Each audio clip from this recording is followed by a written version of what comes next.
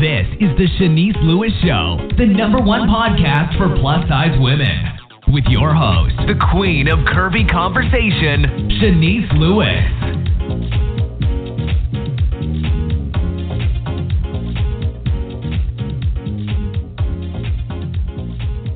Welcome to the show. I'm your host, Shanice Lewis. Today is Tuesday, October 16th, 2018.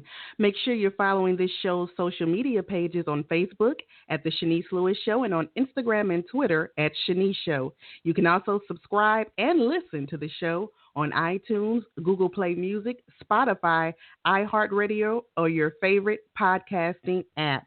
Today we have a very special guest. Naimah Terry is an in-demand plus-size model represented by Dorothy Combs Models and State Management.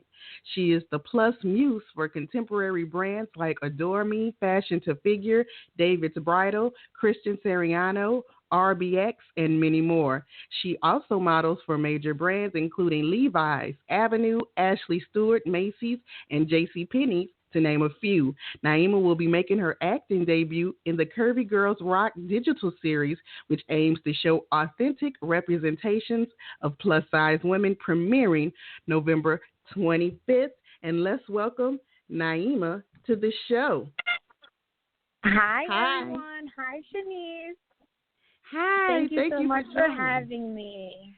I'm so excited to talk to you. You are everywhere. When I'm scrolling on social media, when I'm in stores, your face is everywhere. So I'm so excited to talk with you today. I'm excited to talk to you because I've been following you for a very, very long time. So, everything happens for a reason. So I guess it's my time. And I need you to introduce me everywhere I go because I was just over here like, oh, my God, I did all of that. Yes, very accomplished. So let's start from the beginning. So how did you get started as a plus-size model? Okay, so I have been modeling in my local fashion shows in high school and college. Actually in high school, that was my club, the Vogue club. I wasn't into sports, even though I was a little tall with a little bit of an athletic build. That just wasn't my thing. So it's something that I've always been interested in. I just never knew until after I graduated college when I was on a whole another route. I was studying to go to law school. I was going to go to D.C. and work in politics. I was going on a whole another route. And I got invited to a fashion show, and it was all plus-size women on the runway. And I had never seen anything like it. And I was like, oh, my God, this is real. I can do this for a living. So I started researching and networking and talking to other models and taking pictures, submitting to agencies. I didn't get with my dream agencies at first, but I just kind of went full force and said, I'm going to put this whole law thing on hold and let me do this while I can. And, thankfully, thank you to God, it just it happened. I put work in, but it happened. Now, somebody in the industry, influential in the industry, told me they discovered you. Did anybody discover you and give you an extra push? Okay, so there's been many people in my career. Most influential, I call her mother. Susan Moses has been very influential in my career and telling me, what I should do. I absolutely love Susan, and she styled me in a show for New Jersey Full Figure Fashion Week. This was many, many moons ago, and she was like, girl, you need to be in New York. So at that show, I think I was at that fashion show. I think you were too. I didn't get a chance to meet you, but I know you were there. And I spoke to Jeannie Ferguson, Trisha Campbell, Christina Mendez. Susan brought in some heavy hitters to that show. And Takara was there that weekend too, right? Speaking. I think Takara was there, but she brought in models like Angelica, who's been around for forever. So I was just in awe that this was something I had just decided to do, and it was all of these influential women in one place. And I picked their brains. I got some great advice, and I didn't even know what a fit model was. And Trisha Campbell and Jeannie Ferguson was like, you should try fit. Go talk to these agencies. And within a year, I had booked clients in every area of the business.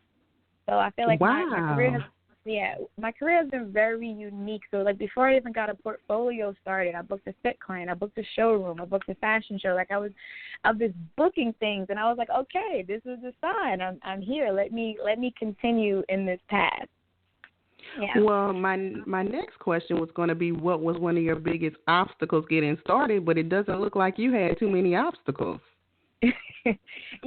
I've been very blessed that once I put my mind to something, it kind of happens, and it wasn't like a straight path to greatness. I had odd jobs in the beginning, bartending. I worked for my local councilwoman in Jersey City, to try to make ends meet until things really took off. But I would say I've been modeling professionally for about 5 years now, and I tell you that the first year modeling, I probably made about $15,000.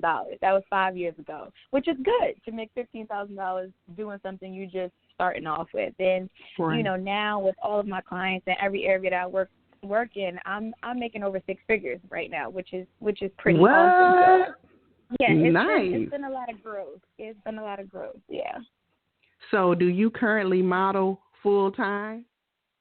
I model full time. I do a lot of fit work, so I figure probably about 60% of my business is fit, 40% of my business is like print, e-com, doing shoots. So that's pretty much the balance. So, thankfully, thank you to my mama and these good genes. I just was born with like some God-given measurements and staying toned and pretty fit. And I'm essentially a sample size 1X for a lot of brands, whether it's major department stores or high-end designers like Christian Siriano. My body is just a really good size 1X fit for most brands. So there are a lot of people in the plus industry that are not on your level, but, have classes, think they're experts in modeling. So I want to ask you, since you are a top model, what do you think the major difference between a professional plus model and an amateur one is?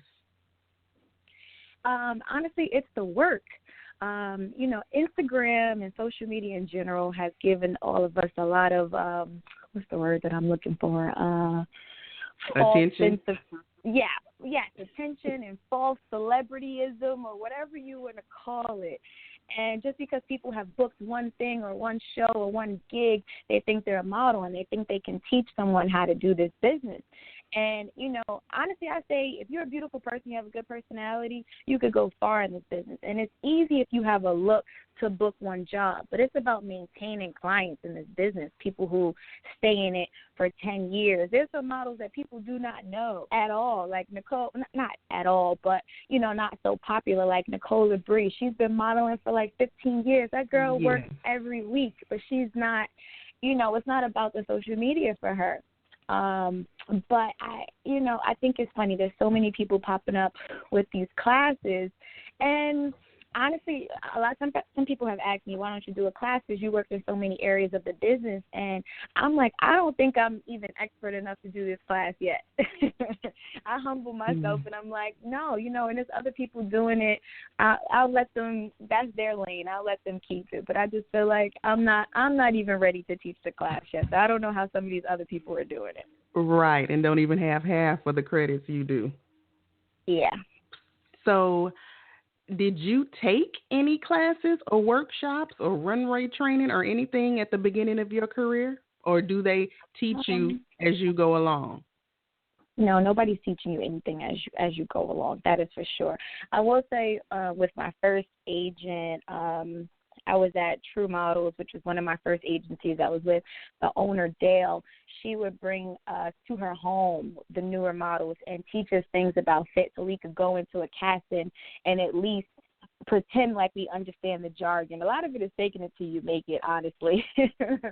But as far as anybody in the industry really giving me a class, I want to say no. But when I was doing like local shows in Jersey, I will tell you it was all of those gay men that's running those fashion shows that really like taught me how to walk and gave me my confidence. Is really where it came from.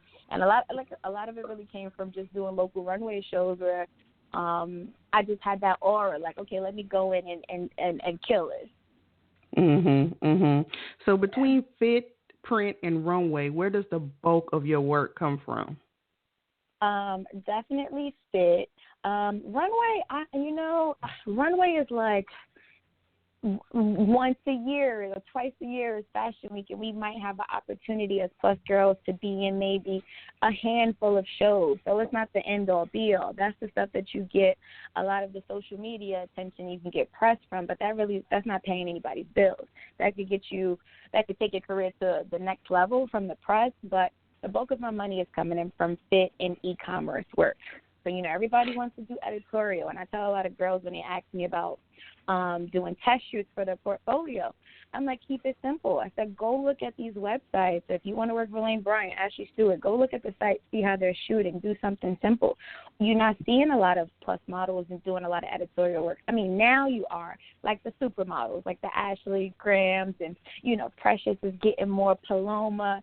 There's few opportunities for us to be in an editorial moment, but for the most part, the money is in e-commerce and the money's in fit.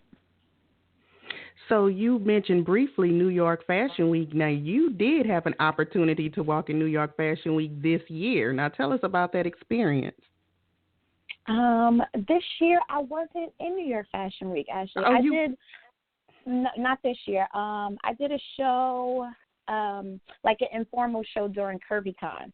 I did during Fashion Week. So, I mean, it was a part of Fashion Week, but I wasn't in a runway show this year, actually, for Fashion Week. Last year, I walked for a couple of indie designers like Angel Brinks and Melissa Mercedes. They're both based in LA, but they did show.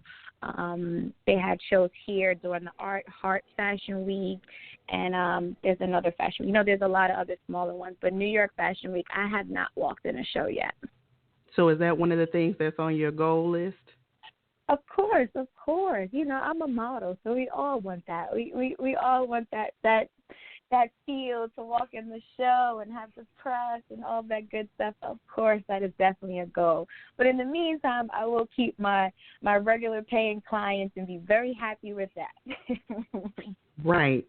So do you have pressure to build your social media following to a certain number to gain more opportunities, to gain more success? And I'm asking that because one model told me that her agency told her she had to have at least 10,000 followers on Instagram. Like that was the goal, and that helps their career. What's your opinion on that? Definitely.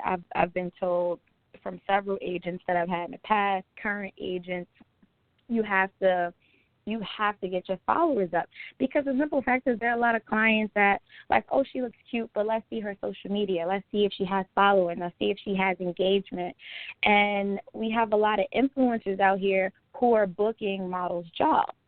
Right. And they've created their own lane, and, kudos to them. I'm happy for them. I think there's enough money for all of us out here, but it's making us, we have to step up our social media presence. We have to be posted. We essentially have to act like a blogger and have to act like an influencer to maintain some of our clients.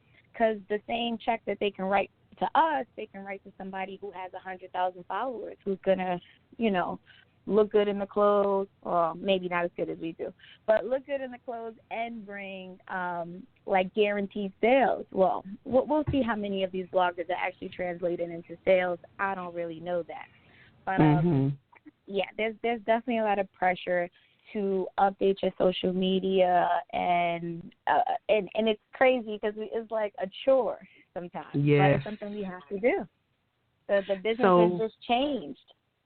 When you book a client, sometimes is it a part of the deal that you post your pictures and your tears with them?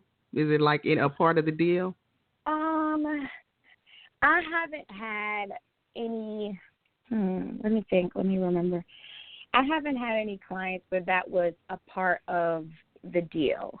actually. Mm-hmm. Because like I said, a lot of the bulk of my work is e-com, and when you're working with those teams, sometimes it's a different marketing manager that works with the influencers, or for campaigns. This is where, like I said, I'm the e-com girl. Like, I'll get in there and smile, put that hand on the hip, and I'll leave and get my check. But for the campaigns is where you're seeing where they used to book a lot of models, they're now booking influencers because the campaigns are more open to the public. The campaigns are where they're doing more social media campaigns, so they're booking influencers, which once used to be our job. But if it's between me, where I have about 20,000 followers, and a model who has 150 or 300,000 followers, and we both have the ambiguous black girl, Latino look, for a campaign, they're going to book that model because they know if she posts it, then it's going to bring more traction than my 20,000 followers. So it's just the nature of the game right now. And that sucks. I hate that so much. Oh, yeah. So, but that's, you were a part of Lyris Cross's Model Diversity Project. Now, lack of diversity is an ongoing conversation in the plus community. What's your stance on the diversity issue? I mean, it's definitely an issue, and we're seeing more and more of curvy women and more women of color in the industry. But I'm in the industry a lot, and I will tell you, even though I'm a black woman, I still want to fight for my women with darker colored skin, because they will book somebody like me, or they'll book a Latino and fill their quota for, okay, we booked somebody of color. So, I totally feel for my brown skin models or darker skin models than me, because it's like two of them working in the industry that's like really consistently working. If you are a brown skin model, a plus size model in this industry, and you're not one of the 2 or 3 that's consistently working, you have to have another job. You have to be doing something else in order to maintain being a model. Everybody's not working consistently. Everybody, if I didn't have fit, if I didn't have these God-given measurements and maintain my measurements, I would probably have to have another job. But it's just the business. If you're on a shoot, an e-com shoot, they have their blonde girl they're going to use. They have their brunette they're going to use. They have their ambiguous girl they're going to use. And it's like the companies, they either pick an ambiguous girl or they're going to go real, real, real, real black, like African black, to book their black girl. And it's like they have roles. They have roles that they have to fit in. So, and that's what I tell aspiring models too. I'm like, you have to look and see who's working that looks like you. I'm not saying go bite her style, but if you see somebody that looks like you in this industry, then you have a better chance of winning in this industry, because that means people are looking for people like you. If you don't see anybody like you, if you brown, if you real dark skin, you got dreads, where have you seen a plus size model with dreads working right now? So nowhere. I'm not saying it's impossible. It's not impossible, but you're going to work a lot harder to try to make a wave for yourself in this industry. Now, let me explain something to the listeners. You've mentioned being ethnically ambiguous. So, somebody listening that doesn't know what that means that Naimah can pass for multiracial, a black girl, a Latina. She could pass for Middle Eastern, South Asian. So she can pass for so many different things that makes her privileged in a way to have opportunities in the industry. So with that privilege, it's so awesome that you are even standing up for diversity, because you are benefiting from, them not wanting to use everybody. It's like I understand my role in this industry. I get it.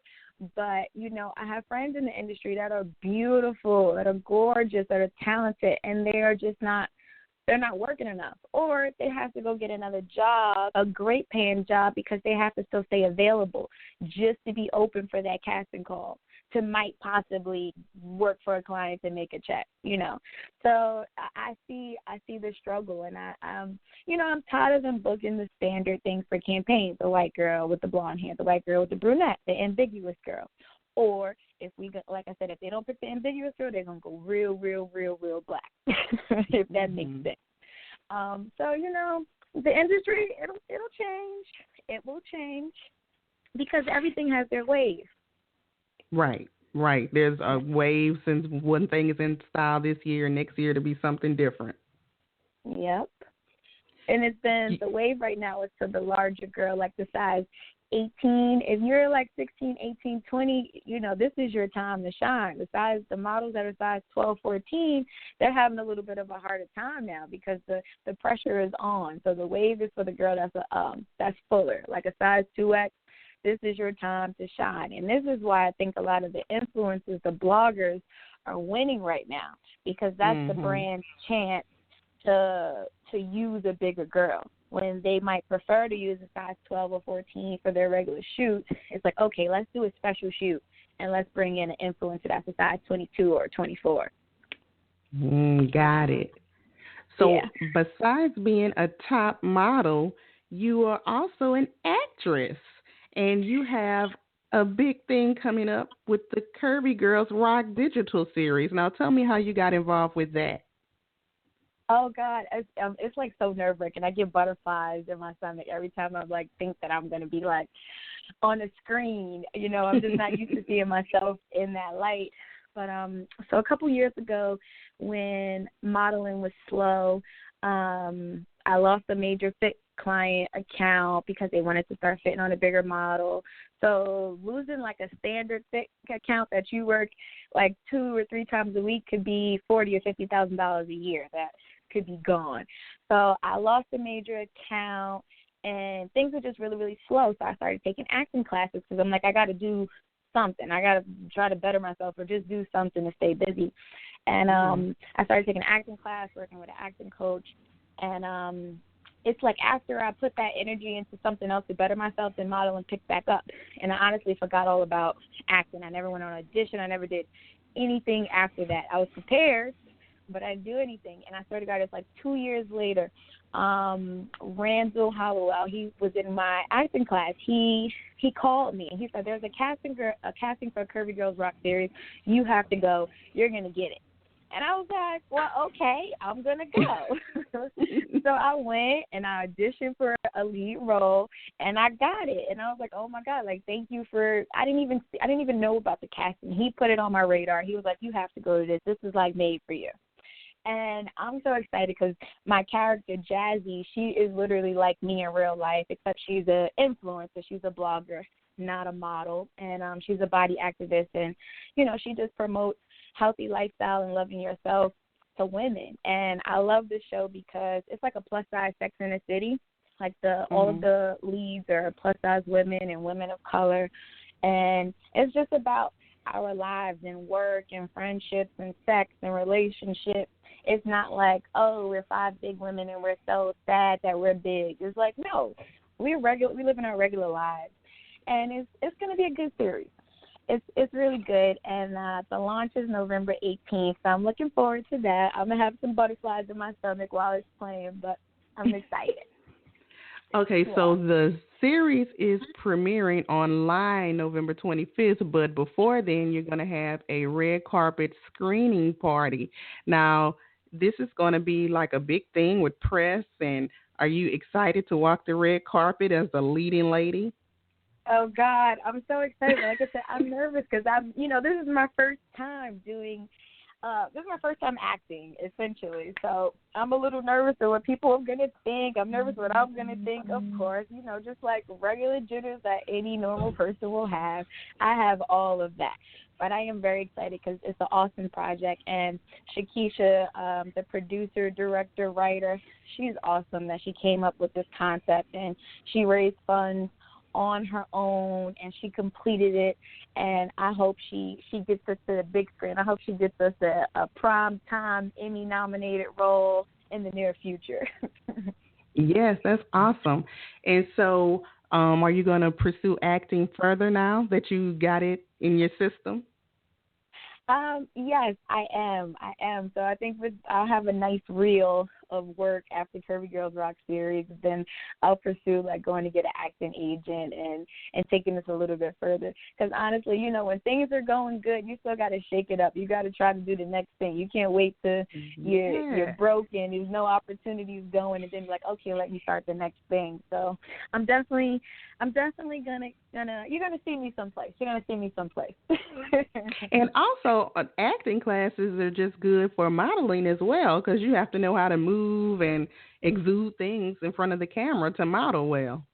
So do you have anything else coming up we can be on the lookout for? I know you do, because you're always working. Let me think. What am I doing right now? Actually, right now I'm in I'm working, like I said, like I just mentioned, like everything is going well, and that's something that scares me, because I'm like, no, I got to do something else, because something can easily be taken away from you in a matter of a minute. People, you know, whoever's the boss that's booking a shoot, it could change, and they can start bringing in new models. So it's like you always got to reinvent yourself and stay new. So I'm going to London next week. I'm going to stay there for a week and try to get an agent out there, hopefully go on some casting. So I really want to just get into another market. I'm very comfortable here. I've built a network here, but now I want to like spread my wings. So hopefully, you know, wish me well in London next week. Yes, I'm excited for you. So tell us your official website and your social media pages. My website is simple. It's NaimahTerry.com. I just recently started a blog. It's called the muse360.com, just because I'm a muse, and I said 360 because I work in every area of the business. So it's just about my life and traveling and taking pretty pictures, essentially. And on social media, it's at Naimah Terry on everything. That's Instagram, Facebook, Twitter, even though I'm not on Twitter as much as I need to be. But, yeah, it's just Naimah Terry. Well, I thoroughly enjoyed speaking with you, because I did not know that you've just been modeling for 5 years. I really learned something new, because when I say you're everywhere, you are everywhere. So you have a very impressive story. In 10 years, you're going to be number one in 10 years. Ooh, yes, put that out there, Shanice. Put it out there in the universe, please. Yeah, I mean, that's impressive. You know, there's people I know have been trying to model for 15, 20 years and don't have your resume. Yeah, I mean, it's not easy. You got to stay persistent, and you got to know what you want and think about it every day. Like, literally, I wrote down goals just in my notes. Like, every month I would write down, I'm going to work for Macys. I was writing down I was going to work for Macys for probably like 3 years. I just started, maybe 4 years. I just started working for Macys this year. So it's just like you just got to keep with your vision. It might not come next month or whatever, but, you know, it's about having a look, knowing where you fit in this industry, having the size, having the height. It's a lot of factors that go into it before, you know. But, yeah, I'm doing it, and I'm happy, I'm proud, I'm humble, and I'm ready for more. Well, thank you so much for being on the show. It's been a pleasure speaking with you, and continued success on everything that you have going on, and good luck in London. Thank you so much, and thank you so much for having me. I hope you guys enjoyed listening. All right. Keep in touch, and have a great evening. Thank you. You too. And thank you to my guest this evening for being on the show, Naimah Terry. Make sure you follow her on her social media pages to keep up with everything she has going on. I've been your host this evening, Shanice Lewis. Thank you for tuning in and supporting. Until next time, keep thriving in your curves and be blessed. You've been listening to The Shanice Lewis Show. For more info about the show, visit ShaniceLewisShow.com.